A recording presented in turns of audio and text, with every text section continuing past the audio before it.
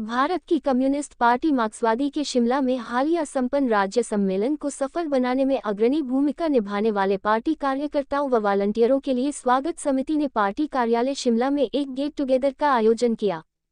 इस दौरान कार्यकर्ताओं के लिए जलपान की व्यवस्था की गई। कार्यकर्ताओं ने हिमाचल में जनता के विकल्प के रूप में पार्टी को मजबूत करने का संकल्प लिया।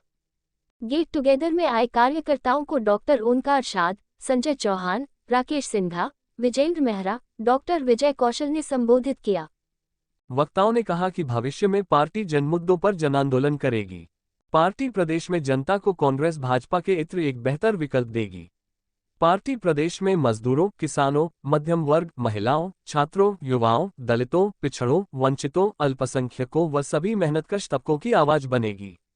उन्होंने कहा कि मोदी के नेतृत्व में चलने वाली एनडीए की केंद्र सरकार व हिमाचल की कांग्रेस सरकार दोनों ही जनविरोधी नवोदारवादी नीतियां लागू कर रही हैं, जिससे एक और अमीर और ज्यादा अमीर हो रहे हैं व आम जनता की पीड़ा लगातार बढ़ रही है।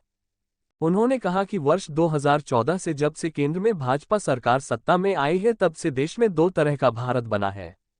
एक ओर गरीब लोगों का तड़पता भारत है और दूसरी ओर अमीर लोगों का चमकता भारत है। अमीरी व गरीबी में खाई गहरी हुई है। देश में अमीरों को छूट व गरीबों की लूट हो रही है। पिछले 10 वर्षों में नरेंद्र मोदी के नेतृत्व वाली सरकार ने मेहनतकश जनता के अधिकारों को छीनने का ही काम किया है। किसानों व आम जनता को मिलने वाली सब्सिडी को खत्म किया गया है। पिछले 100 वर्षों में मजदूरों के हक में जो 44 श्रम कानून बने थे, उन कानूनों को खत्म करके मजदूर विरोधी 4 श्रम संहिताओं में बदल दिया गया है। केंद्र की मोदी सरकार की नीतियों के कारण देश में भयंकर बेरोजगारी बढ़ी है। किसानों की आत्महत्याएं बढ़ी हैं। कृषि संकट गहरा हुआ है। मजदूरों, किसानों, महिलाओं, छात्रों, नौजवानों, दलितों, आदिवासियों व अल्पसंख्यकों पर शोषण व अत्याचार बढ़ा है। देश में गरीबों की लूट व अमीरों को छूट की नीति को आगे बढ़ाने के लिए केंद्र की मोदी सरकार ने कॉर्पोरेट सांप्रदायिक गठजोड़ की नीति को आगे बढ़ाया है।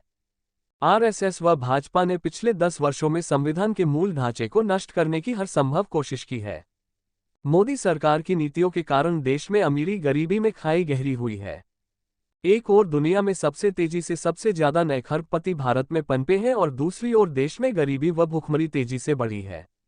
ग्लोबल हंगर इंडेक्स व मानव सूचकांक में भारत की स्थिति दुनिया में दयनीय हुई है। देश में कर्मचारियों व मजदूरों के अधिकारों पर भारी कुठाराघात हुआ है। किसानों की स्थिति बिगड़ी है। स्थायी रोजगार की जगह कच्चे रोजगार ने ले ली है। मोदी सरकार की नीतियों से देश में महंगाई, बेरोजगारी व आम जनता पर आर्थिक बोझ बढ़ा है।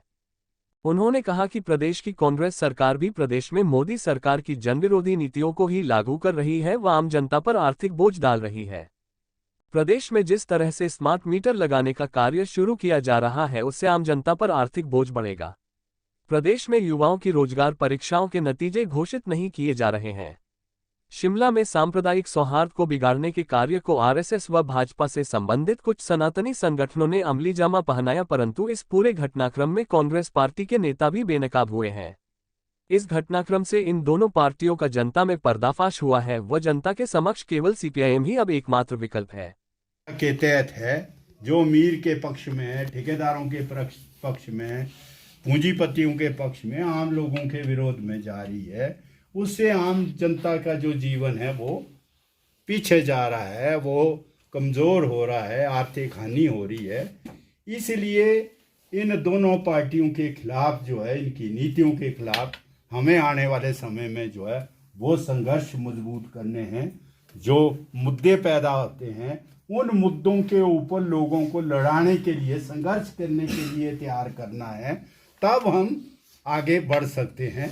और ये जो हिमाचल प्रदेश में फुटबॉल मैच जो है दो के बीच हो रहा है, इस स्पेस को तब हम ले सकते हैं जो सम्मेलन की कॉल है कि संघर्ष करते हुए सीपीआईएम की स्वतंत्र ताकत बढ़ानी है, उसका जन आधार बढ़ाना है, उसका जो हस्तक्षेप करने की क्षमता है उसको बढ़ाना है।